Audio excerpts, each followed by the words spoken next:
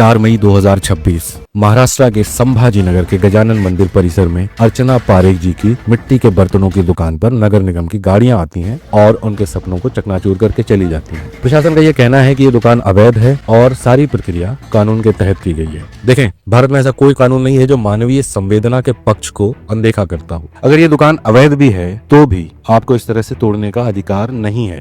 Street vendor अधिनियम 2014 की धारा 3 कहती है कि सभी स्ट्रीट वेंडर्स का सर्वेक्षण होगा, उन्हें सर्टिफिकेट दिया जाएगा और उन्हें उनके स्थान पर स्थापित किए जाने तक वो जिस स्थिति में है उन्हें यथास्थित यानी वैसे ही रखा जाएगा। स्ट्रीट वेंडर अधिनियम 2014 की धारा 19 आपको सामान जब्त करने का अधिकार देती है, नष्ट करने का नहीं। उसमें साफ साफ लिखा हुआ है कि आप जो भी सामान उठाएंगे अगर वो नश्वर सामान नहीं है, यानी कि फल फ्रूट दूध सब्जी खाना इस तरह की कोई चीज नहीं है, तो आप उसे नष्ट नहीं कर सकते हैं, बल्कि आप जितना सामान उठाएंगे आप उसकी एक लिस्ट बनाएंगे, एक कॉपी अपने पास रखेंगे और एक कॉपी उस स्ट्रीट वेंडर को देंगे, जिसे बाद में जुर्माना देकर वो स्ट्रीट वेंडर वापस ले सकता है। लेकिन उससे पहले आपको एक नोटिस देना होगा और 1 महीने तक इंतजार करना होगा। अगर वो व्यक्ति अपनी दुकान वहां से हटा लेता है तो आप कोई कार्रवाई नहीं करेंगे और 1 महीने के बाद अगर वो अपनी दुकान नहीं हटाता है तो आप कार्रवाई करेंगे और सामान जब्त करेंगे, ना कि नष्ट करेंगे। क्या इस प्रक्रिया का पालन किया गया है, ये भी जांच का विषय है। और रही बात कानून के पालन की,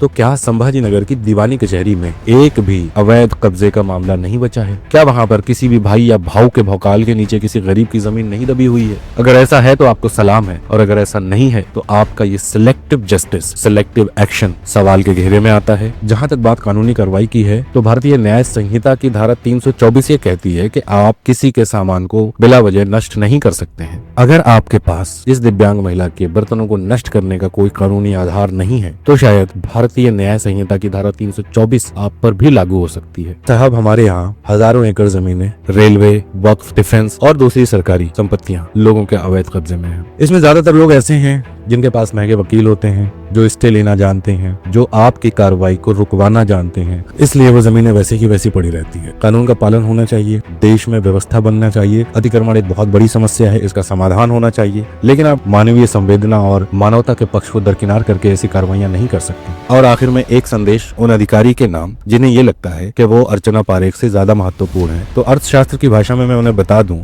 आपने जो काम किया है उससे भारतीय अर्थव्यवस्था की चादर में से एक धागा तोड़ा है, क्योंकि जो महिला बर्तन बेचकर पैसे बना रही है आपने उसके प्रोडक्ट को नष्ट कर दिया, आपने एक मनी क्रिएशन के सोर्स को खत्म कर दिया, आपने एक पूरी सप्लाई चेन को और एक अर्निंग मैकेनिज्म को तबाह कर दिया है। आपको मालूम होना चाहिए ऐसी ही प्रक्रिया से जो टैक्स बनता है उससे आपको सैलरी मिलती है।